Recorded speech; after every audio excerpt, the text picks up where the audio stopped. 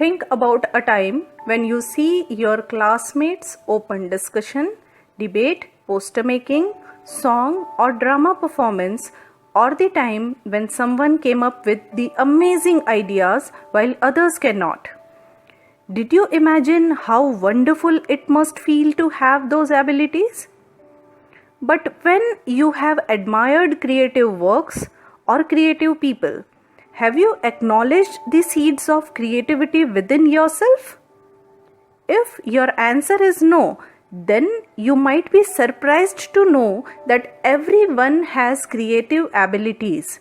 It is true of everyone who fully expresses creative abilities as well as those who expresses them very little or not at all.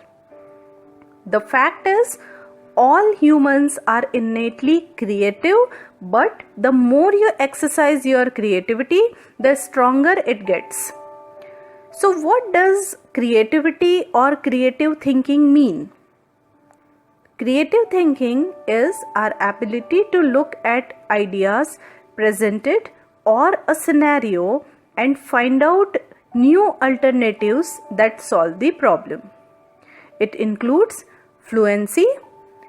Fluency is the ability to produce many ideas, responses, solutions, or suggestions for a given task or a problem. Second is flexibility.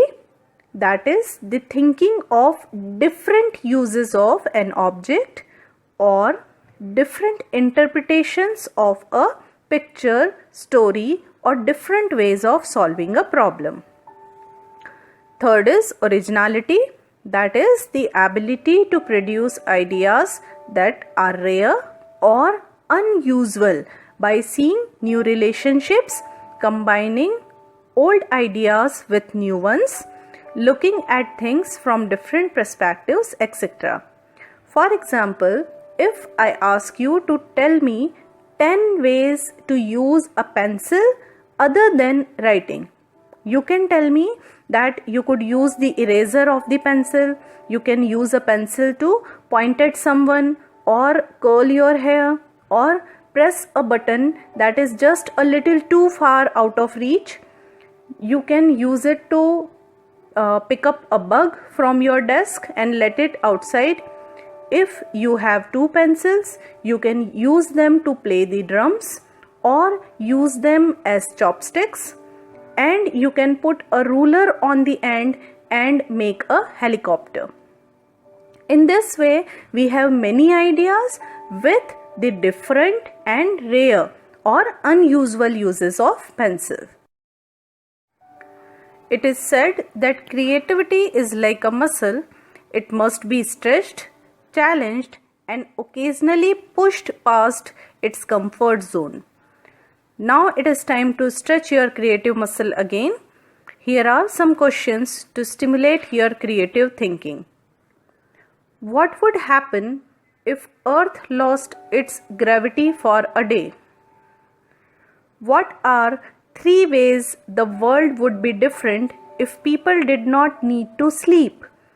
What would you do with the extra time? What would happen if humans could start living in space? If you could talk to trees, what do you think they might say? Create a conversation between you and a tree. List ways you can think of to catch an elephant that has escaped from the zoo. Try to think of creative and unusual ways.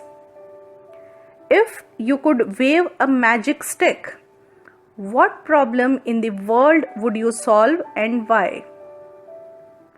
Remember the rules. Get a paper and pen ready for you to write ideas whenever they come. Generate as many ideas as you can. Do not reject any idea thinking that the idea might be a silly idea. Discuss the ideas with your friends, parents, or other people and take their suggestions. Dear parents, preparing children for the world is not an easy task. As the world changes, new technologies and practices are introduced. What we learn in schools usually becomes outdated by the time we are ready to start working.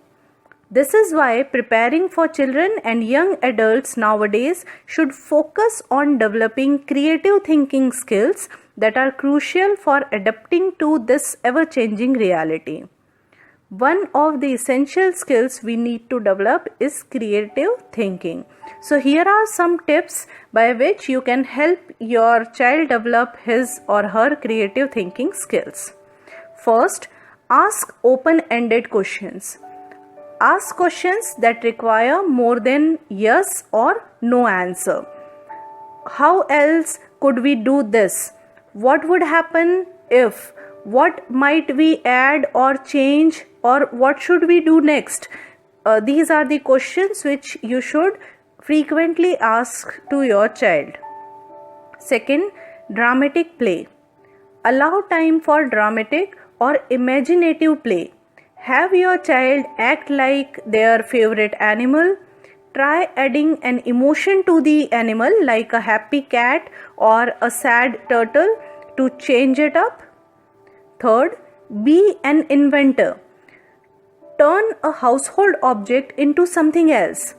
Ask your child, what else could this be used as? Challenge your child to create new and unusual or unconventional uses of the object. Next is read poetry. Change up your reading habits but mixing in poetry during reading time.